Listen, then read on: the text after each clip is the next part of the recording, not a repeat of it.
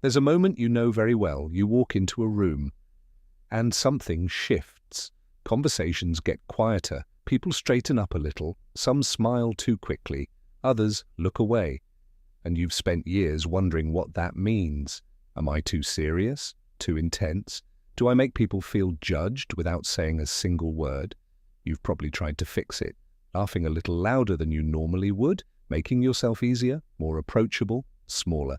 And it never quite worked because what you were trying to fix was never broken. Here's the first thing nobody tells you. People are not uncomfortable around weakness. They're uncomfortable around a kind of strength they haven't learned to carry themselves yet. When someone walks into a room and genuinely doesn't need to be validated by it, when someone speaks and every word lands like they actually mean it, when someone is so settled in who they are that the noise of the room doesn't move them, that is deeply unsettling for most people, not because it's threatening, but because it's unfamiliar, and the human brain doesn't trust what it can't categorize quickly. You are not easy to categorize, and that makes people nervous. But here's the thing I really want you to sit with today. That nervousness you create in other people is not fear. It's admiration that hasn't found the courage to introduce itself yet.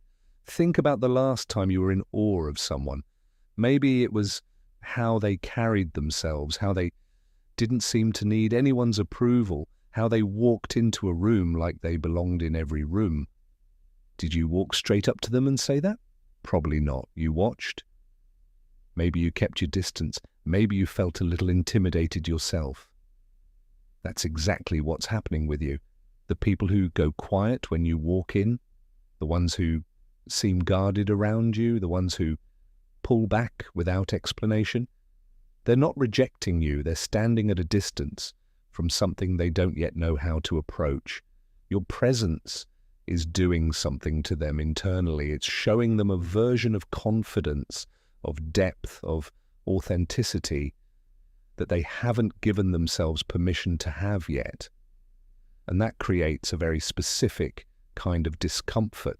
The discomfort of being reminded of who you could be by someone who is already becoming it. That's not your burden to carry. That's their work to do. The second thing I want you to understand, you were never too much. You were in the wrong rooms. This is important because most people who intimidate without trying spend years shrinking themselves to fit spaces that were never designed for them. They tone down their opinions. They laugh at things that aren't funny. They perform a lighter, easier, more digestible version of themselves just to make the room comfortable. But here's what that quietly does to you over time. When you consistently make yourself smaller to fit a room, you start to forget your actual size. You start to believe the smaller version is the real one, and that's the real damage. Not what other people think of you, but what you start to think of yourself. The rooms that make you feel like too much are simply rooms with low ceilings. And you were never meant to live in low ceilings. The third thing, and this one might be the most important, your depth is not a social liability. It's a filter. Most people move through life on the surface. Safe conversations, comfortable opinions, emotional distances that keep everything predictable. And then there's you. You want to talk about the real things. You notice the tension in the room that everyone else is pretending isn't there. You feel things at a frequency that most people don't even know exists. That doesn't connect with everyone, and it was never supposed to. Here's an image I want you to hold on to. A deep sea creature doesn't apologize for not being visible from the shore. It exists at a depth that most things never reach, and the creatures that find it there were built for exactly that depth.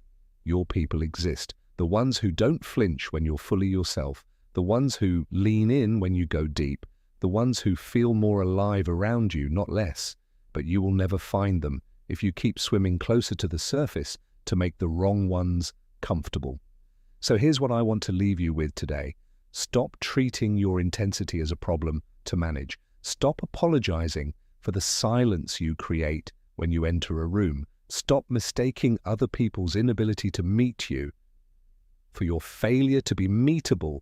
The most magnetic people in any room are never the ones performing the hardest. They're the ones who have simply stopped pretending to be less than they are. That stillness, that groundedness, that quiet refusal to shrink is exactly what makes everything shift when they walk in.